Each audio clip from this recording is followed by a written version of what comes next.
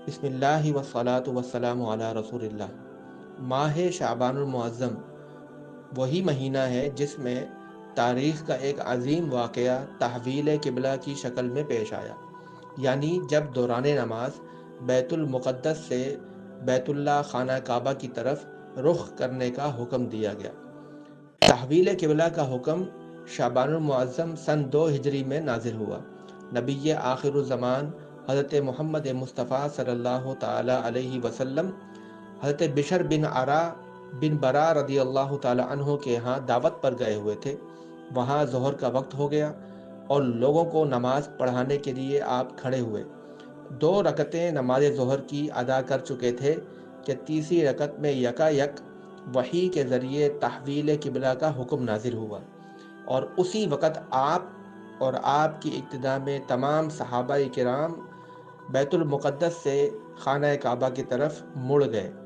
اس کے بعد مدینہ اور اطراف مدینہ میں اس حکم کی عام منادی کرائی گئی، کیونکہ بیت المقدس مدینہ کے شمال میں تھا جبکہ کعبہ جنوب میں، اس لیے قبلہ تبدیل کرنے میں رسول اللہ صلی اللہ تعالی علیہ وسلم کو چل کر مقتدیوں کے پیچھے سے آگے آنا پڑا، اور مقتدیوں کو بھی صرف رخ ہی نہ بدلنا پڑا بلکہ کچھ نہ کچھ انہیں بھی چل کر اپنی صفیں درست کرنا پڑی ہوں گی۔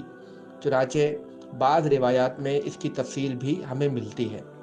سورۃ البقرہ میں اللہ رب العزت اس تحویل قبلہ کے واقعے اور حکم کی طرف اشارہ فرماتے ہیں، فَلَنُوَلِّيَنَّكَ قِبْلَةً تَرْضَاهَا فَوَلِّ وَجْهَكَ شَطْرَ الْمَسْجِدِ الْحَرَامِ، تو ہم آپ کو اس قبلہ کی طرف پھیر دیں گے جسے آپ پسند فرماتے ہیں، پس اے حبیب علیہ الصلاۃ والسلام اپنا منہ قبلہ مسجد حرام کی طرف پھیر لیجئے۔